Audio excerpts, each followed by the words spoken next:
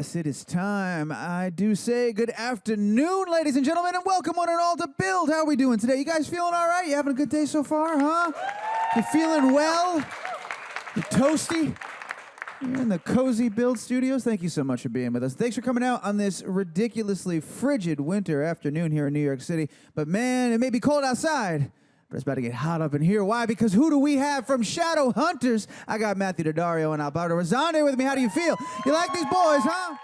In this insane world, things that I never thought could happen do. You literally slay demons. You've got a target on your back. Jason crossed the line.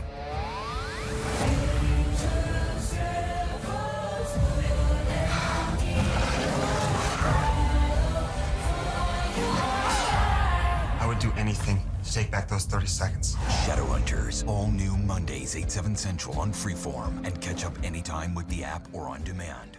All right, guys, it is that time. Put your hands together, make some noise, and please welcome your host and moderator from HuffPost Entertainment, Cole Belvick, and today's guests from Shadowhunters, Matthew Daddario and Alberto Rosende.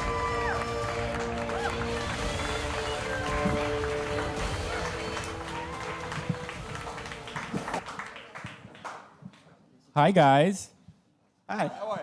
Good. Yeah, what was your entrance into the whole universe? Was it the books? Was it the movie? Or was this your first sort of introduction to Shadowhunters?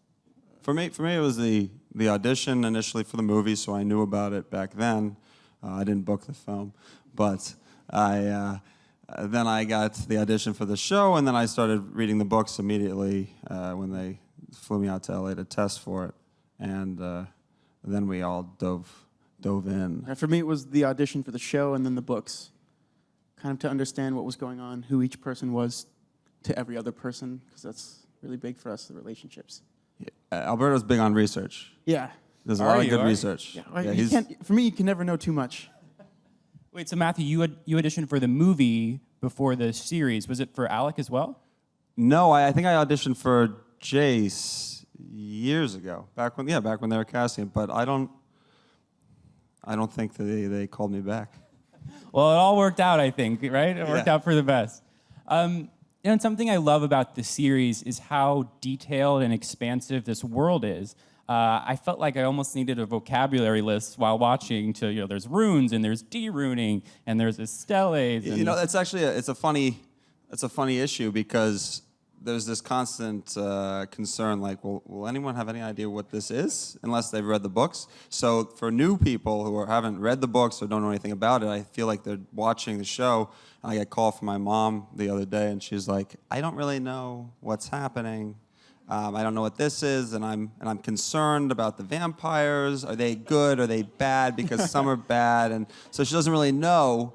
And so we have to explain that. So a lot of what we do on the show is like trying to explain things to people, but then you don't want to do that too much. So people figure it out. So we were trying to always balance the line of how much do we tell them and how much do we let them kind of figure it out and watch through context. I mean, I think you guys strike a good balance. Is there any sort of part of the universe or any word that you like the most about this whole Shadowhunters phenomenon? Like what thing? Yeah, like the Estella, the runes, the Parabatai. Parabatai. I can never pronounce that word. No, there are a lot of discussions about how to pronounce a lot of things. Yeah. And I actually learned something interesting I was in Pompeii recently. I don't know if I should say this. You could look home and search what stele means in context of tombs near Pompeii. Okay. Go home and look it up. Anyone with phones, please. And so season 2 premiered just a few weeks ago, I think beginning of January, right? And I'm so happy to see the show build on its success. We were saying I think the characters are stronger, the direction of the plot feels more concerted, and I was just wondering what sort of feeling was there going into season 2? It seems like you all are kind of energized.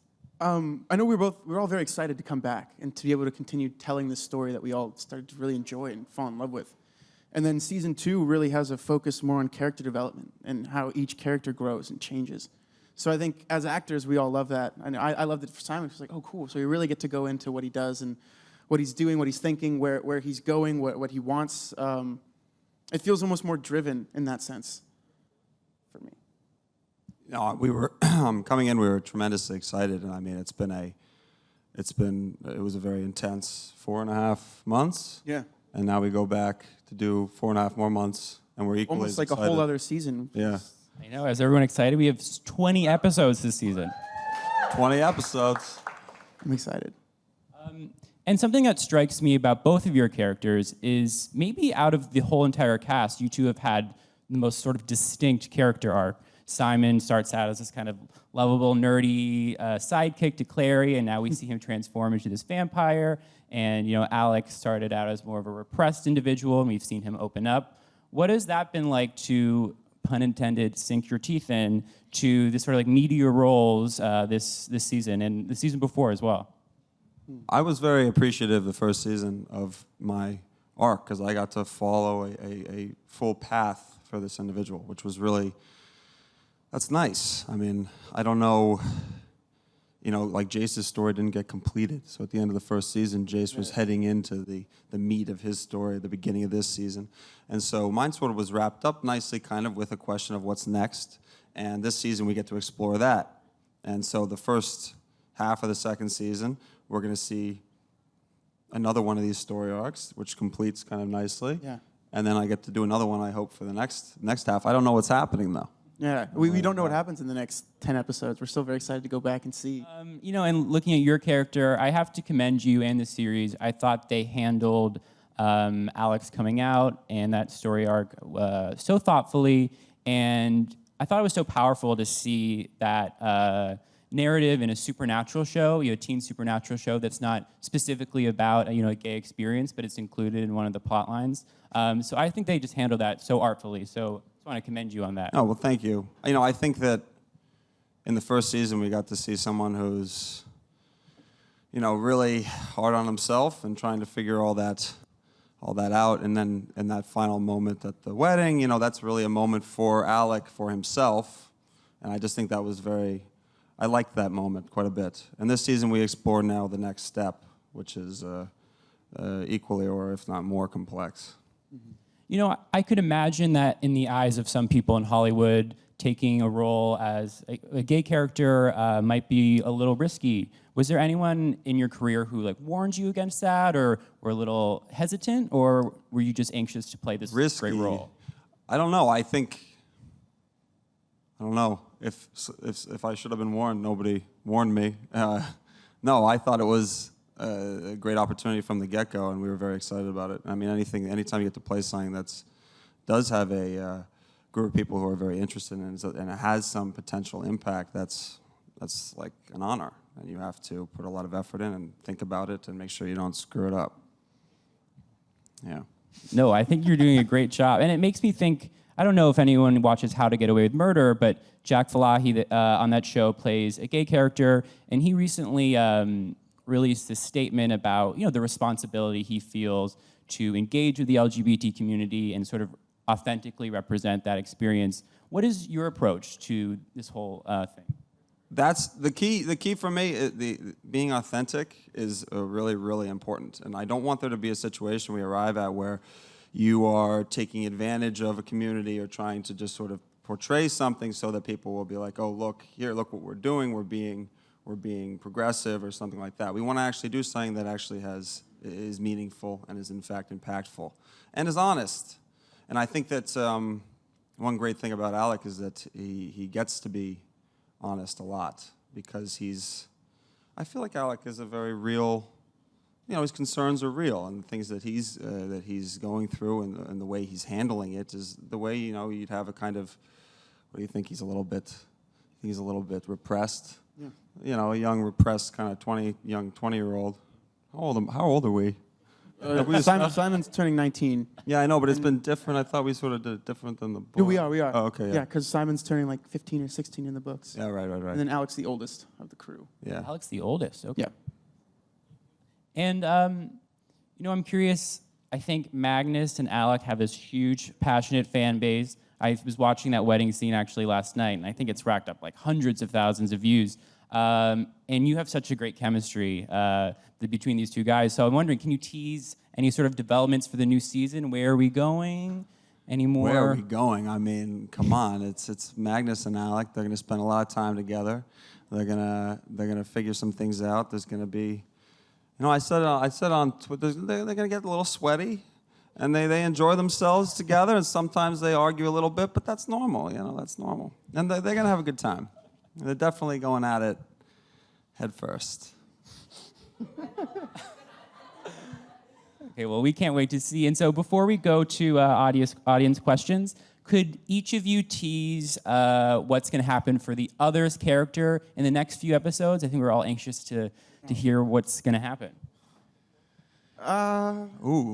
For his character? Yes, so you would talk about Simon's development, and then you and Simon takes a little vacation, wanders off somewhere. Nothing bad happens. Standard Simon stuff. Yeah, he just wanders off. No, he focuses on I don't even know what you've been doing. That's the funny thing about Alec and Simon is they do really not interact. I don't think guess we you had a haven't- single. I think I saw Matt on set twice in the first 10 episodes. Do we even? We don't have exchange We don't words at any exchange all. point. No, not once. We're separate the entire time. I'm busy with someone else, and he's busy. Both of us are seeking our It's funny because I loved actually ones. got. I think my mom was asking me. She's like, "So do you see everyone on set all the time?" I was like, "No, not this year. The Downworlders. We pretty much stuck with other Downworlders and our own things, and the Shadowhunters were busy with Valentine and what's going on in their world. So we pretty much are very, very separate. And it's funny how that's kind of worked out. Yeah, it's really weird. Yeah. well, hopefully some more scenes together in the future. I think we'd all like to see that. Oh yeah, I'd love Alec to ridicule poor Simon. Simon can deal with that, I guess. He's like, Okay, "All right, Vampire I'll Simon take can it." deal with it. Getting there. Okay, let's hear from the audience. How much of yourself do you see in your characters, and what is different? Like, I think for Alec, I feel like Alec is just another timeline of myself, maybe one where things are slightly different, or I have a different set of circumstances, and because ultimately it's still me, right? Because I'm running around up there doing all this Alec stuff, and you can't completely eliminate yourself from it.